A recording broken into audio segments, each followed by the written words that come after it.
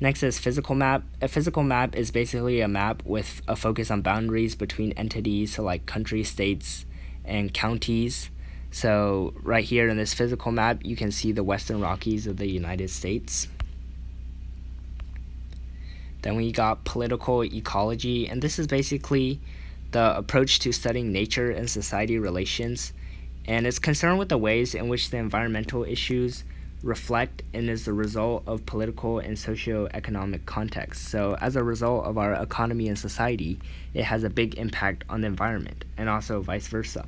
And it really just to see how all these three things are situated and how they balance each other. So like political ecology, one study of it is deforestation, seeing how like the economy is negatively or positively impacted if forests are cut down or not cut down, basically all these things.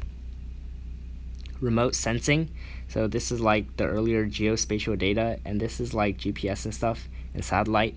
And basically it's a method of collecting data or information through the use of instruments that are physically distant from the area or object of study. So like usually remote sensing occurs with like satellites down here, and also satellites up in space that send the data down back to Earth.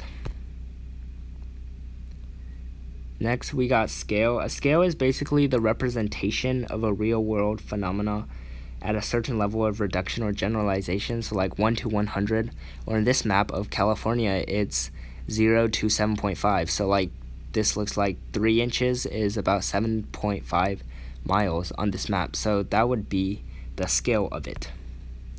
Sequent occupance is basically the notion that successive societies leave their cultural imprints on a place, and each contributes to the cumulative cultural landscape.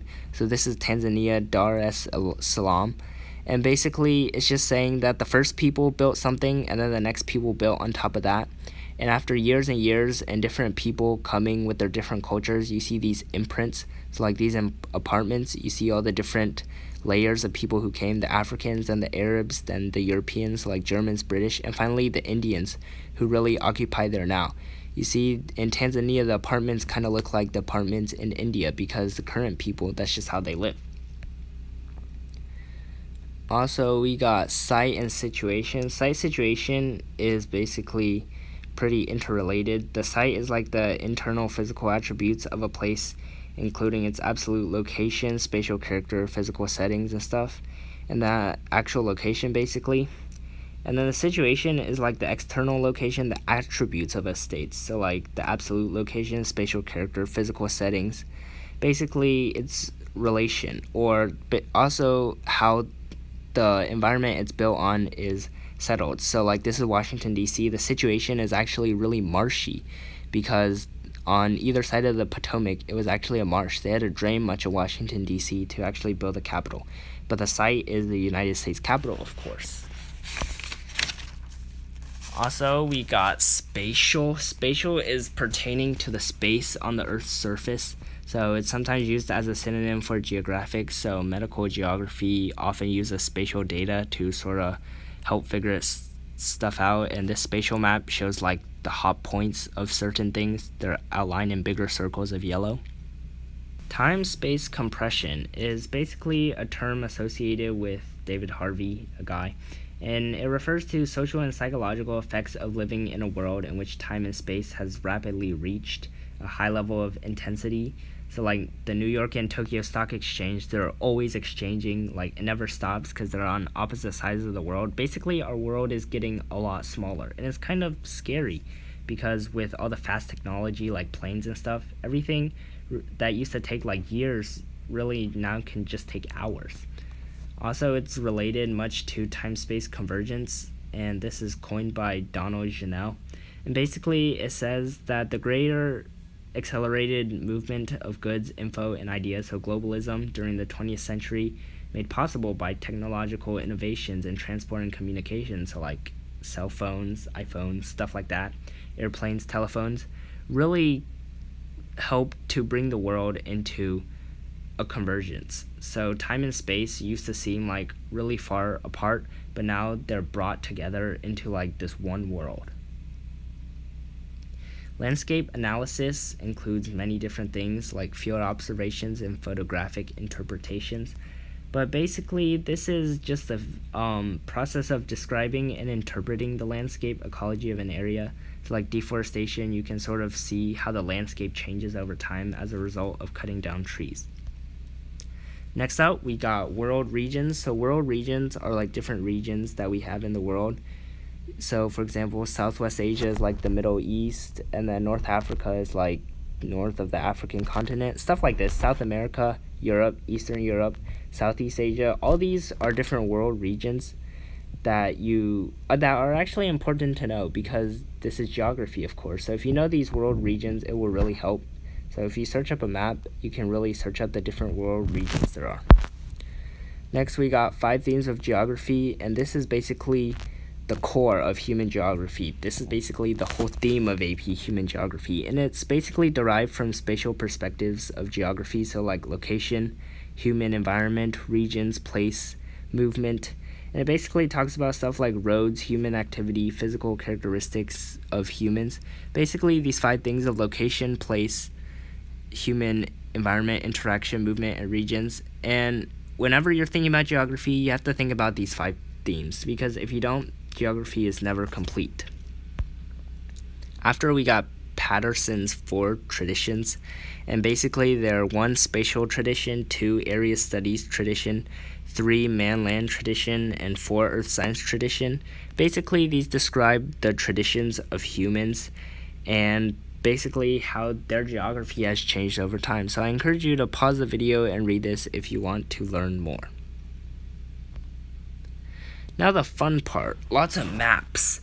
So maps, there are like reference maps. So reference maps are maps that show the absolute location of places, and geographic features determine the frame of reference, typically using latitude and longitude. So like Chicago is a reference place, or in this case, it's a reference map of Australia.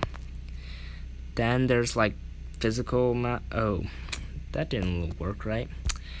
Okay. There's also physical maps, so maps that are like political maps but primarily show the physical landforms. So this map of Australia shows the physical landforms as well. So USA Mountains map of the Western Rockies, as we saw earlier.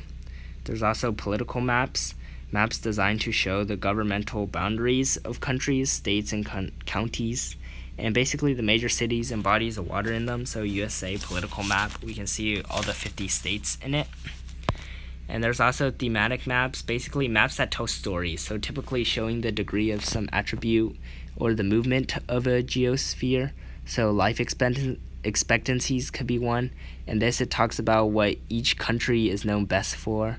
So like, I guess the US is Nobel laureates killed by lawnmowers, and then Brazil, of course, FIFA World Cup titles, deadly animals in Australia, melanoma, China, too much CO2 emissions, Middle East, Saudi Arabia, ton of oil, and then in like Russia, Ukraine, lots of uranium. So, and then Greenland has like, or Iceland maybe, it has, Greenland actually, it has personal space because like no one lives there. These are basically maps that tell stories, so they're pretty interesting to look at. Over here, I have more maps to show you. So this in the top left corner is a choropleth map, and this is basically a map that uses differences in shading, coloring, or placing of symbols within a predefined area, so in here, Australia, to indicate the average values of a property or quantity in these areas. So, for example, this is probably density of trees or something, I'm guessing, I don't know. But anyways, it uses different shadings of green, and that really helps to distinguish it out to the viewer. Also, we have dot maps here in the top right. Basically, this is representing Latinos. So if it's blue, there's no much Hispanic or Latinos, but if it's red, there's like 20,000 Hispanic origins. So you can see the concentration of the dots are in the Southwest because that's where most of the Latinos are located. And also you have the graduated symbol, and this basically is a map that uses a symbol and alters its size area to be exact, basically on data values. So the bigger the value, so like this is oil consumption, the bigger the value, the more barrels consumed per year. So you see the most in big states like Florida, Texas, and California, and not much in Alaska because like not much people live there. So that's a graduated symbol. And then of course there's the cartogram, which we saw earlier. That was like we saw with the smushed up United States graph with like some states bigger than others. Also cartograms, a lot of times they like display Olympic medals or something. So like the bigger the country, the more Olympic medals there are. Alright, so here's a medal cartogram I was showing. Obviously like Europe has won a lot of medals, so that's why they're really distorted big on this map over here. Map projections. So there are various types of map projections. I just go through a couple of them here. So the first one is the Azimuthal. So that's a map projection in which the plane is the most developable surface. So you can sort of see the United States, the United Nations, my bad, logo shows an azimuthal map. It sort of shows all the different continents from a developable surface, the north view. And Mercator is a conformal, so representing the correct angles in the small areas but ignoring the big angles. Map projection in which meridians are usually drawn parallel to each other, and parallels are straight lines whose distance from each other increases with distance from the equator. So that's this rectangular map here, you can see. And this really has a little bit bad distortion at the big level because it focuses so much on the smaller levels.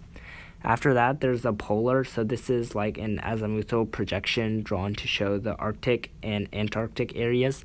These types of projections only show the two poles because obviously they're called polars, and they're limited to 10 to 15 degrees from poles, so you can't see like everything. And the final down here in the bottom left is a Robinson projection, and this is basically a world map projection that shows the whole world at once, and you can see more curves versus like the Mercator one, but on this one there's less distortion, so like Greenland isn't seen so big anymore. And now just some miscellaneous vocab words that are good to know. Basically, there's the north-south poles. There are only two poles, and they measure 90 degrees north or 90 degrees south, so you should know that. And also, there are latitudes and parallel, and these lines run east to west, but they actually measure north and south. And part of the center line is called the equator. That's 0 degrees latitude, and it runs through the center of the earth, like sliced. And it passes through a lot of places in Africa, South America, Southeast Asia, those places.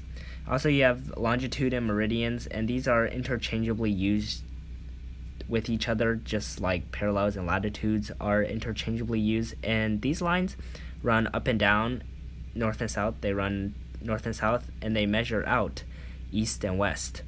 And there's an important line like the equator called the prime meridian, and that's at 0 degrees longitude, and it runs through Greenwich, England. Also, on the other side is the international date line. So this is 180 degrees longitude, and this runs through eastern Russia. So this is where like the days are determined. So if you're on the line, you can actually hop dates.